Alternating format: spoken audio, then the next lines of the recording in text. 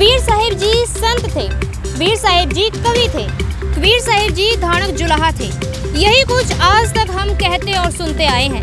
लेकिन क्या आप जानते हैं कि वर्तमान समय में कबीर साहिब जी को भगवान सिद्ध कर दिखाया है? जी हाँ, आपने बिल्कुल सही सुना। हरियाणा से बिलोंग करने वाले संत रामपाल जी महाराज ने इस बात को शास्त्रों में से सिद्ध कर दिखाया है कि कबीर साहिब जी भगवान थे। जगह जगह पर सतगुरु शोभा यात्रा निकाली जा रही है, निमंत्रण पत्र बांटे जा रहे हैं। इसके पीछे कारण है कबीर साहिब प्रकट दिवस। जी हाँ, आने वाली 2, 3, 4 जून को कबीर साहिब प्रकट दिवस विश्व भर में मनाया जा रहा है और ये कार्यक्रम भारतवर्ष में 10 अलग अलग सतलोक आश्रमों में मनाया जाएगा और साथ में नेपाल में भी, सतलोक आश्रम नेपाल में भी कबीर साहिब प्रकट दिवस संत रामपाल जी महाराज के सानिध्य में मनाया जाएगा। और दर्शकों, कबीर साहिब प्रकट दिवस किस तरह से मनाया जाता है और कबीर साहिब जी भगवान थे या नहीं, इस चीज का पड़ताल करने के लिए आज ऐसे न्यूज की टीम पहुंची है हरियाणा के कुरुक्षेत्र में, क्योंकि हरियाणा के कुरुक्षेत्र में भी संत रामपाल जी महाराज का एक आश्रम मौजूद है। अभी हम सतलोक आश्रम कुरुक्षेत्र की तरफ आपको लेकर जाएंगे और दिखाएंगे सतलोक आश्रम की फुल कवरेज। दर्शकों, अभी हम सतलोक आश्रम कुरुक्षेत्र के मेन गेट पर खड़े हैं, जहां पर कबीर साहिब प्रकट दिवस आने वाली 2, 3, 4 जून को मनाया जाएगा। अभी हम सतलोक आश्रम कुरुक्षेत्र के अंदर जाएंगे और जायजा लेंगे कि किस प्रकार की व्यवस्थाएं अंदर चल रही हैं। तो चलिए अब हम अंदर चलते हैं। दर्शकों, अभी हम सतलोक आश्रम कुरुक्षेत्र के अंदर आ गए हैं। जैसा कि आप देख सकते हैं, मेन एंट्रेंस पर ही यहाँ पर फर्स्ट एड रूम बनाया गया है, उससे आगे पुस्तकालय है और उसके अंदर अगर आपकी नज़र जा रही होगी तो अंदर बहुत सारी व्यवस्थाएं चल रही हैं। सतलोक आश्रम कुरुक्षेत्र में इस समय बहुत बड़ी संख्या में सेवादार तैनात हैं। कुछ भंडारघर में लगे हुए हैं तो कुछ बाहर पंडाल में, तो कुछ बाहर ग्राउंड में, सभी यहाँ पर समागम की तैयारियों में जुटे हुए हैं। अभी हम पंडाल की तरफ जाएंगे और देखेंगे पंडाल में क्या कुछ व्यवस्थाएं चल रही हैं।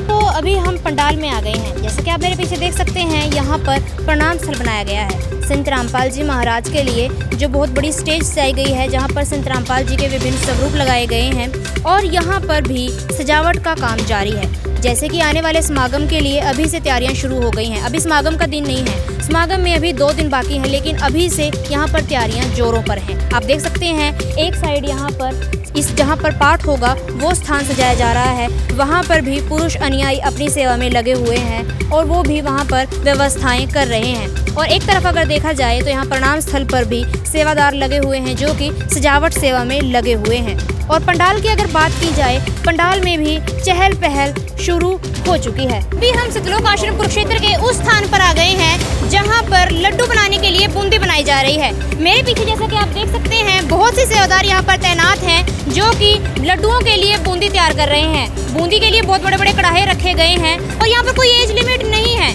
बच्चे से लेकर आपको प्रौढ़ अवस्था तक के सभी सेवादार यहाँ पर आपको देखने को मिल जाएंगे। बच्चे बूढ़े इस सेवा में सभी शामिल हैं। अभी हमारे साथ यहाँ पर जो सेवादार मौजूद हैं, कुछ मेन सेवादार हैं यहाँ पर, उनसे बातचीत करेंगे और जानेंगे कि क्या कुछ व्यवस्थाएं हैं, किस प्रकार का यहाँ पर सामान जो है इस्तेमाल किया जा रहा है। नमस्कार सर। सतसाहिब जी। क्या नाम है आपका? विशाल दास नाम। कहाँ से आए हो विशाल दास जी? राजस्थान बूंदी से। सर, जैसा कि हमारे सुनने में आया है कि संत रामपाल जी के जो सेवादार हैं या फिर जो अनुयायी हैं वो हर जिले में, हर राज्य में मौजूद हैं, तो आप इतनी दूर से राजस्थान से यहाँ पर सेवा के लिए क्यों आए हैं? हरियाणा के सेवादार सेवा कर सकते थे। हम यहाँ पर संत रामपाल जी महाराज, हमारे जो गुरु जी हैं, उनके आदेशानुसार आए हैं और यहाँ पर लड्डू राम की जो सेवा लगी हुई है उसके लिए हम यहाँ पर पहुँचे हैं। तो सर, जैसे कि यहाँ पे जो लड्डू राम बनाया जा रहा है उसमें सफाई व्यवस्था के लिए क्या कुछ आपने इस चीज़ें की हैं? सफाई व्यवस्था का क्या इंतजाम है यहाँ पर, वो बताइए हमें। जी, यहाँ पर सफाई का विशेष तौर पर ध्यान रखा गया है। सिर पर कवर किया गया है और यहाँ पर हर 5-10 मिनट में पोछा लगाया जाता है। सफाई की विशेष सुविधा है जी यहाँ पर। और जो यहाँ पर प्रोडक्ट यूज़ किए जा रहे हैं वो प्रोडक्ट क्या प्योर हैं? उससे किसी की सेहत को कोई नुकसान तो नहीं होगा? जी, जो यहाँ पर जो प्रयोग किया जा रहा है, जो भी सामग्री, वो बिल्कुल शुद्ध है। देसी घी से बने हुए लड्डू हैं यहाँ पर और ये बिल्कुल प्योर है, ब्रांडेड है, बीटा ब्रांड से बनाए हुए घी है ये। जी सर, आप कहाँ से आए हैं? राजस्थान हूँ। सर, यहाँ पर आप कितने सेवादार आए हुए हैं? मैं बजी 60 भगत आया और बानगढ़ जिला हूँ, संगरिया तहसील हूँ। तो जैसे कि आपने बताया कि आप 60 सेवादार आए हुए हैं, तो क्या 60 सेवादार यहाँ की व्यवस्था को मैनेज कर पाएंगे? मालिक कराओ, मैं तो सेवा करनी है मुझे। कितने लोगों के आने का अंदाजा है भंडारे में? बहुत है, 18 को सारी पृथ्वी आनी है मुझे। सच्चा हरियाणा है। तो सारी पृथ्वी के लिए सिर्फ 60 से अवतारों को ही तैनात किया गया है। और राजस्थान का और ही भगत बहुत आ हरियाणा है, 8 की भगत बहुत है हरियाणा का। तो अभी हमने जाने राजस्थान के सेवादारों के विचार, तो उन्होंने कहा कि यहाँ पर पूरे विश्व आएगा। भंडारे में पूरे विश्व को न्योता दिया गया है और 60 सेवादार राजस्थान से बुलाए गए हैं और बाकी सेवादार जो हैं हरियाणा से अरेंज किए जाएंगे। भंडारघर को भी कई पार्ट्स में डिवाइड किया गया है। एक तरफ लड्डू बनाने के लिए बूंदी बन रही है, जो कि हम आपको दिखा चुके हैं, और अभी हम आपको जो स्थान दिखा रहे हैं ये वो जगह है जहाँ पर बूंदी से लड्डू बनाए जा रहे हैं। यहाँ पर भी बूंदी से लड्डू बनाने के लिए बहुत संख्या में महिला अनुयायी बैठी हुई हैं और साथ में पुरुष अनुयायी भी मौजूद हैं। और सामने अगर आप देखेंगे तो सामने लड्डू जो बने हैं उनको ठंडा करने का प्रोसेस चल रहा है। सामने बहुत बड़ी संख्या में लड्डू दिखाई दे रहे हैं। वो ट्रे के अंदर लड्डू रखे हुए हैं जहाँ पर लड्डुओं को ठंडा किया जा रहा है और ठंडा करके उनको अंदर स्टोर किया जा रहा है। देख सकते हैं यहाँ पर रोटियों की सेवा चल रही है। रोटियों की सेवा में यहाँ पर महिला अनुयायी तैनात हैं। आप देख सकते हैं रोटियों को यहाँ पर देसी घी लगाया जा रहा है और इस साइड कोयले पर रोटियाँ सेकी जा रही हैं। हमारे साथ सतलोक आश्रम के कुछ मुख्य सेवादार मौजूद हैं, उनसे हम जानेंगे कि आखिरकार किस प्रकार का कार्यक्रम है और उसके लिए क्या कुछ व्यवस्थाएं हैं। नमस्कार सर। सत्य जी। सर क्या नाम है आपका? मेरा नाम रोशन दास है जी। कहाँ से हो जी? मैं डिस्ट्रिक्ट यमुनानगर से हूँ। सर हमारे सुनने में आया है कि यहाँ पर बहुत बड़े स्तर पर एक कार्यक्रम जो संत रामपाल जी के सानिध्य में होने जा रहा है, उस कार्यक्रम का नाम क्या है? उस कार्यक्रम का नाम कबीर प्रकट दिवस के नाम से मनाया जा रहा है। सर आप बोल रहे हो कबीर प्रकट दिवस। कबीर साहिब जी का जैसे हम बाहर सुनते आए हैं तो बाहर कबीर जयंती के नाम से मनाया जाता है, तो आप कबीर प्रकट दिवस क्यों बोल रहे हैं? कबीर प्रकट दिवस बोलने के पीछे आपका क्या भाव है, क्या मतलब है? कबीर प्रकट दिवस इसलिए बोलते हैं, कबीर साहब 600 साल पहले सहशरीर काशी शहर में लहरतारा तालाब में कमल के फूल पे प्रकट हुए थे, इसलिए वो सहशरीर आए थे और सहशरीर चले गए थे, इसलिए इनको प्रकट दिवस के रूप में मनाया जाता है। बताया कि कबीर साहिब जी भगवान हैं, कबीर साहिब जी को इन्होंने भगवान रूप में बताया, तो इस चीज़ का कोई प्रमाण है क्या, कोई ठोस सबूत है हमें वो बताएं। हाँ जिस चीज़ का प्रमाण है जी, कबीर सागर में लिखा है, कबीर साहिब जी की वाणी है, ना मेरा जन्म ना गर्भ बसेरा, बालक हो दिखलाया, काशी शहर जल कमल पे डेरा, तां जुलाहे ने पाया। भी उन्होंने बताया कि मेरा ना तो जन्म हुआ ना मैं गर्भ में आया, मैं सह शरीर आया और सह शरीर ही गया, मतलब कि मैं अजर अमर भगवान हूँ। इसका वाणी का ठोस सबूत कबीर सागर भी मिलता है, आदि ग्रंथ साहिब यानी गुरु ग्रंथ साहिब में मिलता है, गरीबदास जी का अमर ग्रंथ साहिब उसमें भी आपको प्रमाण मिलेगा।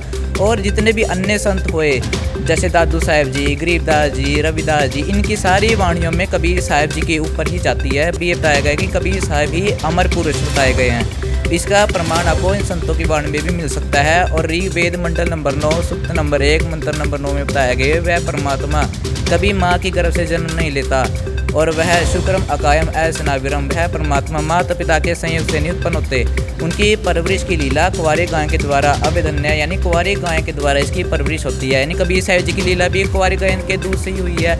राम जी की, राम जी भी आए धरती पर, कृष्ण जी भी आए, हनुमान जी भी आए, पर इनकी किसी की भी लीला, जितने भी परवरिश की लीला हुई है देखने में हमारे प्रमाण है शास्त्र, उनमें इन्होंने कभी भी कुंवारी गाय का दूध नहीं पिया और ये माँ की गर्भ से जन्मे, इनकी मृत्यु हुई, कृष्ण जी की भी मृत्यु हुई, पैर पे तिलक कर हुई। इसी प्रकार देख सकता है कि ये भगवान जो है 3 ब्रह्मा विष्णु में जी हैं, ये भी अजर अमर नहीं है। देवी भागवत में भी इसका प्रमाण आप देख सकते हैं जी। इसी प्रकार कबीर परमात्मा जी हैं, इनके अलावा कोई भी संत, कोई भी भगवान सह शरीर नहीं गया और सह शरीर नहीं आया। सर जैसा कि आपने बताया कि कबीर सागर में, अमर ग्रंथ साहिब में इस चीज़ का प्रमाण है, लेकिन ये शास्त्र जो है दुनिया इनको ज़्यादा नहीं जानती, ज़्यादा नहीं मानती। इसके अलावा जो हमारे ऑथेंटिक शास्त्र हैं जैसे कि वेद हो गए, पवित्र गीता हो गई, पवित्र बाइबल हो गई, पवित्र गुरु ग्रंथ साहिब है, कुरान है, पुराण है, क्या इनमें भी कोई प्रमाण मिलता है कि कबीर साहिब जी भगवान हैं? हाँ जी, प्रमाण मिलता है जी। जैसे कि गीता अध्याय नंबर 17 के श्लोक नंबर 23 में कहा है कि ओम तस्य 3 निर्देश है, ब्रह्मण त्रिवेद समर्थ है। और गीता अध्याय नंबर 15 के श्लोक नंबर 16 और 17 में बताया, 16-17 में बताया कि 17वें श्लोक में कहा है कि उत्तम पुरुष तू अन्य परमात्मा इति उदारत है, यह लोक में अविस्मृति अविस्मृति। भाई उत्तम पुरुष गीता के अंदर तो खुद कहता है अर्जुन को कि मेरे से भी अलग एक पुरुष है, उत्तम है, वो परमात्मा है, वो पूजा के योग्य है अर्जुन। इसी प्रकार 18वें अध्याय के 62 श्लोक में कहता 62 का श्लोक है, सर्वधर्मान प्रीतजमाम एकम शरण व्रज अहम तवा सर्व पापेक्ष व्यामुक्ष। यानी कि अर्जुन तू मेरे स्तर की भक्ति दे दे, मैं तुझे सर्व पापों से मुक्त करके तू उस परमेश्वर की शरण में चला जा, वह सर्वशक्तिमान परमात्मा है। तो कभी भी इस लोक में, मेरे लोक में कभी आएगा नहीं। यानी कि ब्रह्म लोक में गए हुए प्राणी पुनरावृत्ति में आते हैं। अभी गीता के ज्ञान देने वाला भगवान है, उसके लोक में भी जाओगे तब भी आप जन्म मृत्यु के चक्कर में आओगे। पर आप श्वास स्थान यानी कि उस परमपिता परमात्मा की शरण में जाने को ही कह रहे हैं 862 श्लोक में गीता में। मतलब कि आपके कहने का भाव है कि हर शास्त्र में प्रमाण है कि कबीर साहिब जी भगवान हैं। तो ये है पंडाल का दृश्य। एक तरफ पुरुष अनुयायियों के लिए बैठने की व्यवस्था की गई है, उनके लिए रजाई गद्दे का प्रबंध किया गया है। आने वाले सेवादारों के लिए यहाँ पर रजाई और गद्दे फ्री में उपलब्ध हैं। और दूसरी तरफ महिला श्रद्धालुओं के लिए बैठने की व्यवस्था की गई है। पुरुषों और महिलाओं के लिए अलग अलग बैठने की व्यवस्था है और दोनों तरफ रजाई और गद्दे का निःशुल्क प्रबंध है। बहुत बड़ी संख्या में यहाँ पर महिला अनुयायी आ चुकी हैं जो कि सेवा के लिए यहाँ पर पहुँची हैं। अभी समागम का दिन भी नहीं है, लेकिन ये लोग पहले से ही बढ़ चढ़कर सेवा में यहाँ पर पहुँच चुके हैं। आगे की खबरों के लिए आप जुड़े रहिए SC न्यूज़ के साथ। आज के लिए बस इतना ही, मिलते हैं जल्द ही अगले वीडियो में।